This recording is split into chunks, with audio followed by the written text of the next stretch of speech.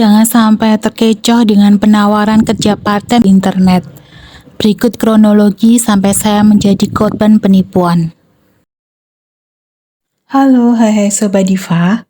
Apa kabar nih? Semoga baik-baik saja ya Anda semua. Tetap semangat, sehat lahir batin, dan jangan lupa untuk bahagia. Salam kenal dari saya, Diva, seorang penyandang disabilitas. Semoga kehadiran channel ini berkenan di hati Sobat Diva semua. Jika memang berkenan, coba dong tinggalkan nama dan asal daerah kalian agar kita lebih akrab. Dapat berkenalan dengan Anda semua merupakan kebanggaan bagi saya. Yuk, olahraga jari sebentar. Ketikkan nama dan daerah asal kalian di kolom komentar. Wow, sungguh luar biasa. Terima kasih saya ucapkan kepada Sobat Diva semua yang selalu menyempatkan diri menonton setiap video yang saya buat. Tak terasa, 1 tahun sudah saya membuat channel ini. Walaupun belum optimal hasilnya, tidak apalah. Yang penting saya dapat menghasilkan karya yang bermanfaat, terutama dalam hal berbagi pengalaman hidup, perasaan, seluk-beluk kehidupan orang yang seperti saya, yang tetap berusaha untuk survive dalam segala keadaan. Saya tidak bermaksud minta dikasihani, namun mengajarkan Anda untuk lebih bisa mensyukuri hidup Anda dan menumbuhkan empati kepada kami penyandang disabilitas. Kali ini saya ingin bercerita tentang apa yang sebenarnya menjadi motivasi saya membuat channel ini. Ya, jujur, awalnya memang bukan karena saya ahli jadi konten kreator. Bahkan saya termasuk orang yang gaptek. Semua berawal dari kondisi ekonomi yang mulai gonjang-ganjing. Setelah kurang lebih 3 tahun saya tidak bekerja karena kondisi kaki saya yang tidak memungkinkan untuk melakukan aktivitas yang berat. Dan dokter menyarankan agar saya tidak sering-sering memakai kaki palsu yang saya biasa pakai. Sementara di rumah, saya hanya berjualan sembako dan jajanan anak kecil yang tidak seberapa hasilnya jika dibandingkan dengan gaji yang saya dapat waktu bekerja dulu. Keadaan ekonomi yang mulai menipis memaksa saya untuk memutar otak bagaimana agar saya dapat income tambahan dengan keadaan fisik yang demikian. Saat itu saya benar-benar mendapat cobaan yang cukup berat. Kesulitan saya tidak berhenti di situ. Cobaan yang lebih berat datang, secepat kilat, tanpa dapat mengelak. Saya kena tipu di suatu web yang menawarkan kerja part-time, yang membawa nama sebuah marketplace yang berskala internasional. Indikasinya adalah, awalnya semua terasa masuk akal.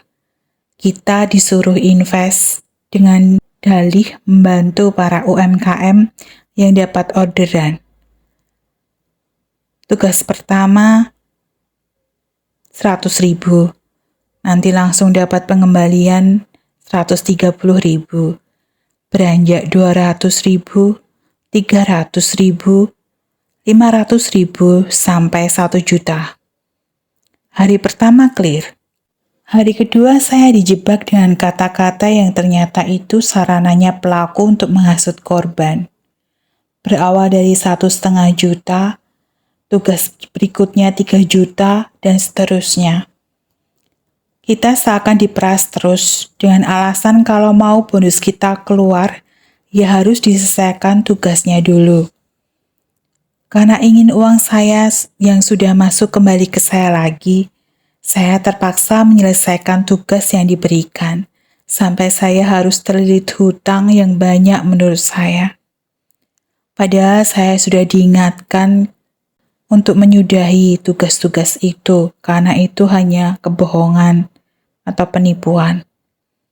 Namun mengingat uang pribadi sudah masuk 50%, saya nekat. Saya akhirnya tersadar bahwa saya sudah ditipu. Saya sudah tidak merespon tiap pesan yang masuk dari pelaku yang masih membujuk saya untuk transfer sejumlah uang bernilai puluhan juta. Saya hanya membalas ini, pesan saya yang terakhir. Cari uang itu yang halal, jangan cara menipu. Mungkin saya tidak dapat berbuat apa-apa sama kamu.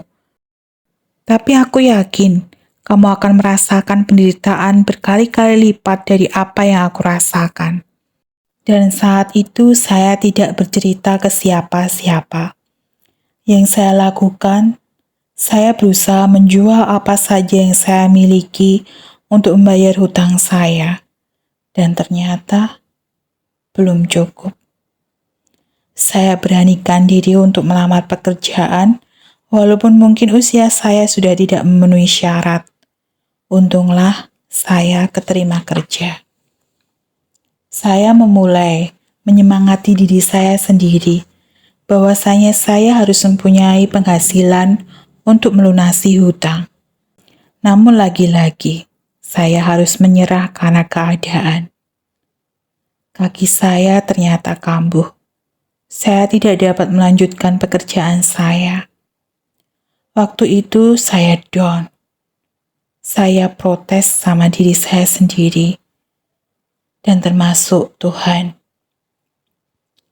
Saya berteriak dalam hati, Tuhan, aku bukan orang yang mudah putus asa. Aku tidak mengeluh dengan keterbatasanku. Aku juga berusaha ikhlas atas musibah yang terjadi kemarin. Tapi kenapa saat aku ingin berjuang menyelesaikan masalahku, Engkau tidak menolongku? Di mana belas kasihanmu? Saya menangis sejadi-jadinya sambil duduk meringkuk. Di tengah kekalutan hati yang saya rasakan, tiba-tiba saya meraih sebuah pisau yang biasanya saya pakai untuk memotong buah. Entah kenapa, terlintas keinginan untuk menggoreskan pisau itu di pergelangan tangan. Namun apa yang terjadi? Tubuh saya tiba-tiba seperti ada yang memeluk. Terasa dingin, seperti angin yang berhembus, membuat bulu kuduk berdiri semua. Pelukan itu disertai dengan suara yang mungkin hanya hati saya saja yang mendengarkan. Suara itu, jangan takut, aku akan menyertaimu sampai akhir zaman. Itu suaranya. Dan sungguh, suara itulah yang menghentikan tangisan dan niatan saya untuk mengakhiri hidup. Mungkin cerita tadi menjadi pengalaman spiritual yang nyata bagi saya. Oke, berarti Tuhan masih menghendaki saya untuk hidup. Walaupun saya tidak punya apa-apa lagi. Penghasilan tetap, pekerjaan tetap, tabungan nol besar. Dalam benak saya berseliweran masalah-masalah. Saya lalu berpikir, saat ini saya hanya punya cerita hidup. Saya ingin membuka seluruh isi hati saya. Cerita hidup mulai dari saya dilahirkan sampai cerita yang sering saya tulis dalam buku diari. Baru di channel ini saya membuka jati diri saya yang seorang difabel. Bisakah saya menyumbang karya berupa cerita-cerita tentang kehidupan yang saya alami? Itulah yang membuat saya nekat membuat channel ini. Pertama, sebagai teman cerita untuk sesama difabel, dapat saling menyemangati, berbagi pengalaman, berbagi informasi, dan juga mungkin berbagi rasa.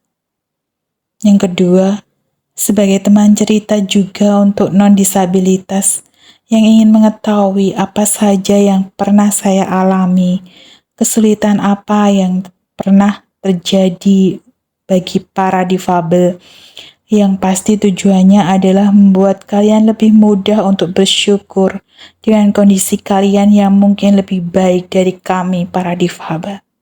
Akhir kata, good luck, peace and respect for anything. Salam dia Diva.